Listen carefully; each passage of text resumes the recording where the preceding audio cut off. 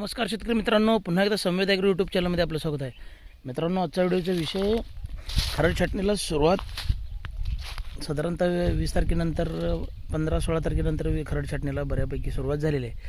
नाशिक भागामध्ये early plot असल्यामुळं त्यांच्या 60-70% छाटण्या होऊन गेल्या आहेत मित्रांनो. आणि त्याच्यानंतर आता सोलापूर जिल्ह्यामध्ये लेट असल्यामुळं माल द्राक्ष आणखी बेदाण्यावरती बागामध्ये आहेत. त्याच्यानंतर काही शेडवरती आहेत, काही स्टोरेजला पोचलेत आणि बागा रिकामी झालेल्या नाहीत. रस्टिंग पिरियड आणखी झालेला नाही. त्याच्यामुळं छाटण्या मागं पुढं व्हायचं. एप्रिल महिना जरी संपत आला तरी आणखी छाटण्याला गती आलेली नाही. आता ह्या आठवड्यामध्ये गती आलेली आहे.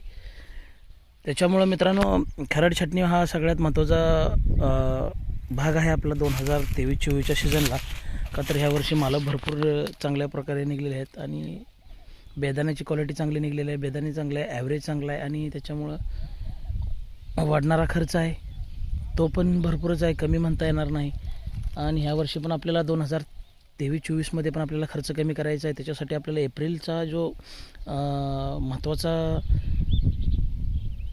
खरड छाटणीचा भाग असतो त्याच्यामध्ये आपल्याला खरड छाटणीमध्ये बोधाचं नियोजन असेल, खताचं असेल, त्याच्यानंतर पाणी मॅनेजमेंट असेल, वलांड्याचं स्ट्रक्चर कसं असेल, त्याच्यानंतर कॅनोपी मॅनेजमेंट असेल, मिलीबग असेल, थ्रिप्स असेल, उडदे असेल, सकिंग पेस्ट असेल, अशा वेगवेगळ्या किडींना रोगांसाठी आपल्याला ह्या वर्षीय सीझनमध्ये खर्च कमी करायचा आहे. आणि खरड छाटणीमध्ये आपल्याला अगदी व्यवस्थित कमी खर्चामध्ये एप्रिलचं नियोजन करायचं आहे.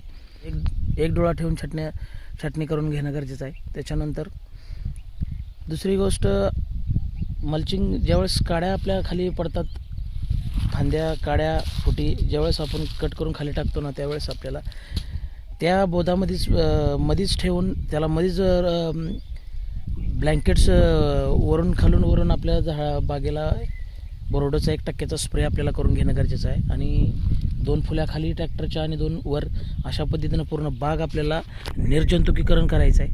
आणि त्याच्यानंतर ज्या खाली पडलेल्या काड्या आहेत त्याला कुटी करून नंतरच ते आपल्याला बोधाला लावायचं आहे.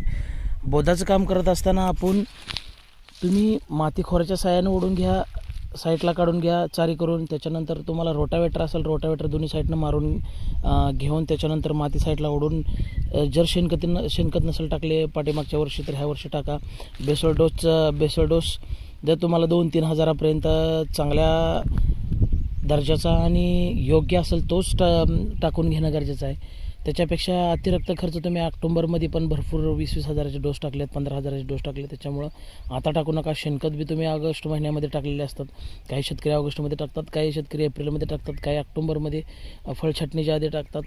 वेगवेगळ्या भागामध्ये वेगवेगळ्या शेतकऱ्यांची पद्धत वेगवेगळी आहे. त्याच्यामुळं मित्रांनो, हे जे कामकाज करत असताना जर तुम्हाला रोटावेटर मारायचं असेल तर 15 ते 20 दिवस आधी बागेची रोटावेटर मारून बोधावरती घेणं गरजेचं आहे. आणि त्याच्यानंतर माती साईडला ओढून आपल्या त्याच्यामध्ये शेणखत टाकून व्यवस्थित बोध तयार करून घेणं गरजेचं आहे. त्याच्यानंतर एक वलांड्याची जी पद्धत आहे, साधारणतः एखाद एक वलांडा जाणं. तर त्याच्यामुळं काय होतं की कॅनोपी मॅनेजमेंटला फांद्यांची संख्या, फुटीची संख्या एकामेकात गुंतल्यामुळं जे काय वातावरण खराब झाल्यानंतर जे रोगाला बळी पडतं त्याच्यावरती आपल्याला जास्त खर्च करावा लागतो. त्याच्यामुळं सगळ्यात महत्त्वाची गोष्ट की ओलांड्यामध्ये साधारणतः 1 इंच अंतर असेल किंवा 6 इंच तरी अंतर कमीत कमी ओलांड्यामध्ये आपल्या दोन्हीमध्ये झाडाच्या ओलांड्यामध्ये ठेवलं पाहिजे. त्याच्यानंतर काड्यांची संख्या मर्यादित करा. त्याच्यानंतर विरळणी कशा पद्धतीने करायची, मिलीबगचा प्रादुर्भाव असेल, थ्रिप्सचा प्रादुर्भाव असेल, खालनं मिलीबगचा असेल तर तुम्ही थायमॅथोक्झमसारखा कंटेन एकरी 1 किलो या प्रमाणात सोडू शकता. त्याच्यानंतर ब्लँकेट स्प्रे, कवच साधारणतः 1 ग्रॅमनं तुम्ही फवारणी करून आपले जे बाग निर्जंतुकीकरणासाठी मारू शकता किंवा 1% बोर्ड मारू शकता. खाली डावणी असेल, भुरी असेल, ह्या वातावरणामध्ये मागच्या आठवड्यामध्ये 4-5 दिवसापासून विजांचा कडकडाट आहे. पाऊस महाराष्ट्रभर सर्वच ठिकाणी काय कमी जास्त प्रमाणात पडलेला आहे. त्याच्यासाठी आपल्याला ह्या वातावरणामध्ये डावणीचा आणि भुरीचा प्रादुर्भाव होऊ शकतो, करप्याचा होऊ शकतो. त्याच्यासाठी आपल्याला बाग निर्जंतुकीकरण करून घेणं गरजेचं आहे.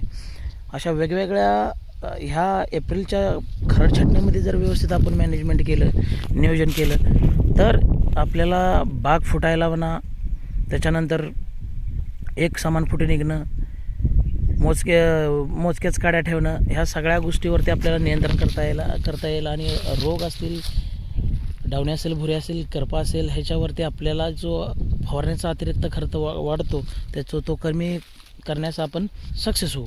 आणि ह्या गोष्टी जर करत असताना मित्रांनो, अतिरिक्त PGRचा वापर गर्भधारणेसाठी वेगवेगळ्या मार्केटमध्ये वेगवेगळ्या उपलब्ध आहेत. त्याच्यामुळं आपला बागावरती वेगवेगळे परिणाम होतात. एका ठिकाणी ज्यावेळेस माल त्यांचं हार्वेस्टिंग व्हायचं होतं त्यावेळेस मण्यावरती, घाडावरती, निम्मा प्लॉटवरती स्कॉर्चिंग आलं होतं. आणि काय होतं की लास्टच्या हार्वेस्टिंगच्या वेळेस जर असं स्कॉर्चिंग आलं तर ते मालाची क्वालिटी, दर्जा खराब होतो आणि मिळणारं मोबदला आहे तो पण कमी मिळतो. सांगायचं तात्पर्य आहे की काही अतिरिक्त PGRचा वापर किंवा अतिरिक्त आपल्याला ज्या माहीत नसतील किंवा आपण कॉम्बिनेशन केलेल्या औषधानं कधी केलेलं नाहीत किंवा दुसऱ्यांनी केलेलं नाहीत अशा केमिकलचा किंवा PGRचा किंवा औषधांचा वापर तज्ज्ञांच्या सल्ल्यानं वापरावा. मिलीबग असेल, थ्रिप्स असेल, ओडद्या असेल, कशा पद्धतीनं कंट्रोल करायचं किंवा काय फवारणी करायची हे तुम्हाला मी पुढच्या व्हिडिओमध्ये सांगणार आहे. जर आजचा व्हिडिओ आवडल्यास तुम्ही लाईक करा, शेअर करा, सबस्क्राईब करा. धन्यवाद.